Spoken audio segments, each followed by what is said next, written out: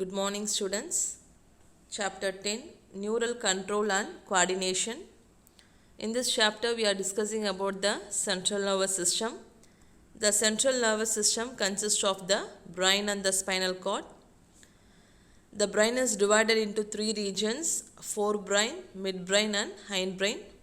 In the previous class, we have discussed about the forebrain.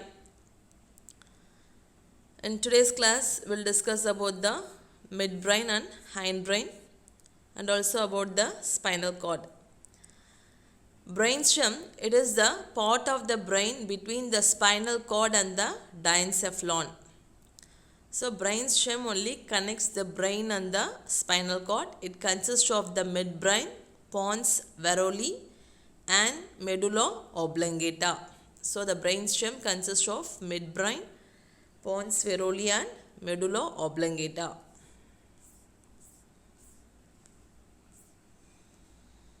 In this picture, you can able to see the brainstem. So it consists of the thalamus, pineal gland, corpora quadrigemina, pons, cerebral, pentacles and medulla oblongata. Midbrain. The midbrain is located between the diencephalon and the pons. So it is located between the diencephalon and the pons. The lower portion of the midbrain consists of a pair of longitudinal bands of nervous tissue called as cerebral pentacles. These cerebral pentacles only relay the impulses back and forth between the cerebrum, cerebellum, pons and medulla oblongata. So, impulses are carried to and fro from the cerebrum, cerebellum, pons and medulla oblongata through these cerebral pentacles which are present on the lower portion of the midbrain. The dorsal portion of the midbrain consists of four rounded bodies called as corpora quadrigemina. This corpora quadrigemina acts as a reflex center for the vision and hearing. You can able to see the corpora quadrigemina. They are round oval bodies, and also these are the cerebral pentacles which carry the impulses to and fro from the cerebrum, cerebellum, medulla oblongata. Next we will see about the hindbrain. Rhombencephalon forms the hindbrain.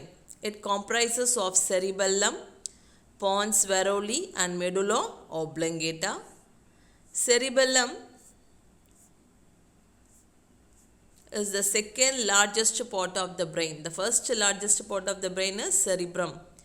The second largest part of the brain is cerebellum. It consists of two cerebellar hemisphere and central worm-shaped part called the vermis. The cerebellum only controls and coordinates all the muscular movements and body's equilibrium. So we can able to stand erect with the help of the cerebellum, and also all the muscular movements and also the movements which are taking place, that is limb movements, all are under the control of the cerebellum. Any damage to the cerebellum often results in uncoordinated voluntary muscle movements. So if the cerebellum is affected or any damage to cerebellum, it affects the coordination of the voluntary muscles.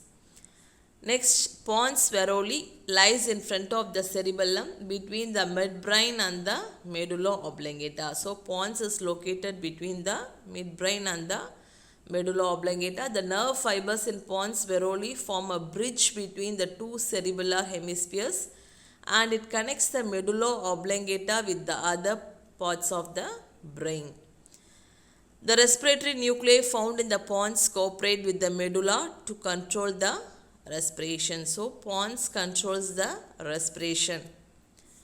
Medulla oblongata, it forms the posterior most part of the brain, and it connects the spinal cord with the various part of the brain. So, mainly the medulla oblongata, it connects the brain and the spinal cord, and it receives and integrates signals from the spinal cord and sends it to the cerebellum and thalamus.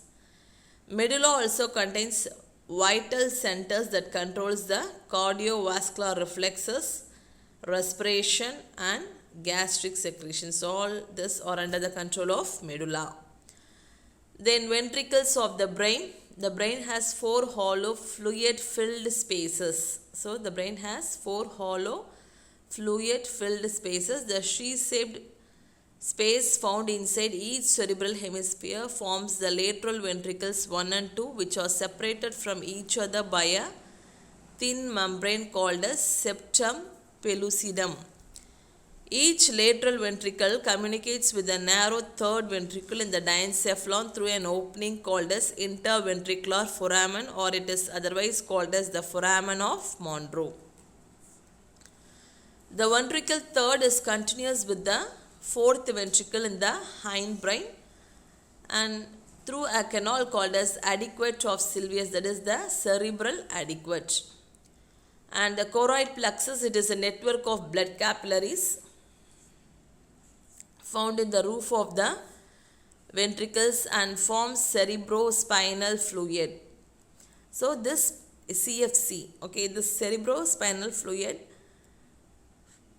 only provides buoyancy to the central nervous system structures. And the main functions of the cerebrospinal fluid is it acts as a shock absorber for the brain. It only protects the brain from shocks, and also it protects from not only the brain and also the spinal cord. It nourishes the brain cells by transporting the constant supply of food and oxygen. So food and oxygen are supplied to the brain cells by this cerebrospinal fluid. It carries all the harmful metabolic waste from the brain to the blood, and it maintains constant pressure inside the cranial vessels. So this cerebrospinal fluid only surrounds the brain and the spinal cord, and it gives protection, and it acts as a shock absorber, and also it supplies nutrients and oxygen to the brain and spinal cord. Next we'll discuss about the spinal cord.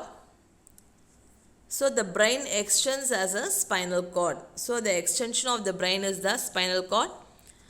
The spinal cord is a long, slender, cylindrical nervous tissue. It is made up of nervous tissue.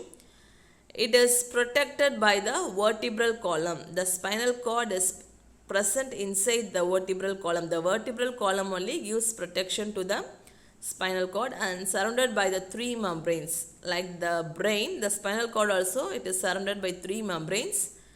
The spinal cord extends from the brainstem into the vertebral canal of the vertebral column up to level of first and second lumbar vertebrae. So the nerve roots of the remaining nerves are greatly elongated to exist a vertebral column at their appropriate space. The thick bundle of elongated nerve roots within the lower vertebral canal is called as cauda equina. It is otherwise called as horse tail because of its appearance, because it looks like a tail. So it is called as cauda equina. In the cross section of the spinal cord, here you can able to see the picture of the cross section of the spinal cord. You can able to see the posterior median sulcus, anterior median fissure, then dorsal posterior nerve root, dorsal root ganglion, spinal nerves and ventral nerve root.